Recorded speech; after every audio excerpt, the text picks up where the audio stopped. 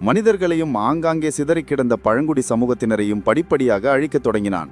அவனுடைய கொடுமையான செயல்களால் பயந்து போன மக்கள் தூர தேசங்களுக்கு ஓடிவிட்டனர்.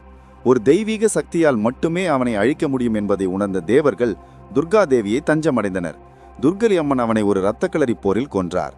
தனது சகோதரனை கொன்றவர்களை பழிவாங்க உறுதி பூண்ட மகிஷாசுரனின் சகோதரி மகிஷி பிரம்மனை நோக்கி கடுந்தவம் புரிந்து மகாவிஷ்ணுவுக்கும் சிவபெருமானுக்கும் பிறக்கும் குழந்தையால் மட்டுமே தன்னை கொல்ல முடியும் என்கிற ஒரு வரத்தை பெற்றுக்கொண்டாள். அதன் பிறகு தேவலோகத்திற்கு சென்ற மகிஷி தேவர்களை துன்புறுத்த தொடங்கினாள். இதனால் வேதனையுற்ற தேவர்கள் மகாவிஷ்ணுவை இதில் தலையிட்டு பிரச்சனையை தீர்த்து வைக்கும்படி வேண்டினர். ஹரிகரனுக்கு பிறக்கும் மகனை தவிர வேறு யாராலும் மகிஷியை கொல்ல முடியாது என்கிற வரத்தை அவள் பெற்றிருப்பதால் மகாவிஷ்ணு மோகினி அவதாரம் எடுத்தார். விஷ்ணுவின் பெண் வடிவமான மோகினிக்கும் சிவபெருமானுக்கும் இணைவு ஏற்பட்டு அதன் மூலம் ஒரு ஆண் குழந்தை பிறந்து அதை சிவபக்தனான குழந்தையில்லாத பந்தலராஜன் ராஜசேகரனின் பராமரிப்பில் விடுவதென்று முடிவு செய்யப்பட்டது. அதன்படி ஒருநாள் பம்பை நதிக்கரையில் உள்ள காடுகளில் வேட்டையாட பயணம் மேற்கொண்ட மன்னன் ராஜசேகரன் ஆற்றங்கரையின் இயற்கை அழகு கொஞ்சம் சுற்றுப்புறமும் நீர்வீழ்ச்சியின் அழகை கண்டு ரசித்து ஓய்வு எடுத்துக் கொண்டிருக்கும் போது காட்டிலிருந்து ஒரு குழந்தையின் அழுகை குரல் கேட்டார். திகைத்து போன அந்த மன்னன் ஒளி வந்த திசையை நோக்கி பின்தொடர்ந்து சென்ற போது அங்கே ஒரு அழகான குழந்தை கைகால்களை உற்சாகமாக உதைத்தபடி படுத்து கிடந்தது.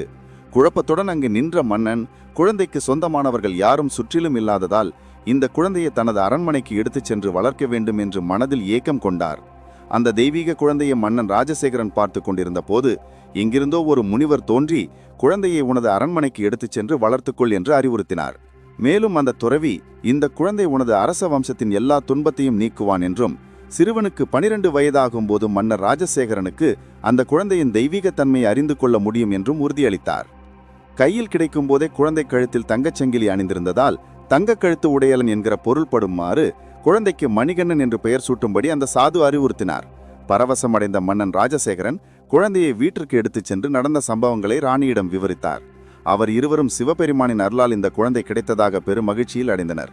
குழந்தையின் வரவில் பந்தல நாடே மகிழ்ச்சியில் மூழ்கியிருந்த போது மன்னர் ராஜசேகரனின் காலத்திற்கு பிறகு நானே இந்த நாட்டிற்கு மன்னராக வேண்டும் என்று கனவு கோட்டை கட்டியிருந்த அரசவை திவான் மட்டும் அரச தம்பதியரின் மகிழ்ச்சியால் கொதிப்படைந்தான்.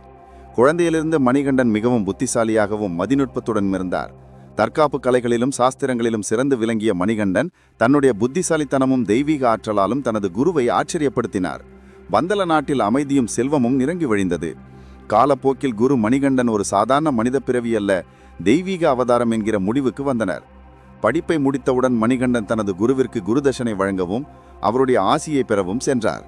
மணிகண்டன் தனது ஆன்மீக குருவிடம் ஆசிர்வாதம் வாங்குவதற்காக அணுகிய போது குரு மணிகண்டனை பற்றி தான் ஏற்கனவே யூகித்தவாறு மணிகண்டன் ஒரு மனித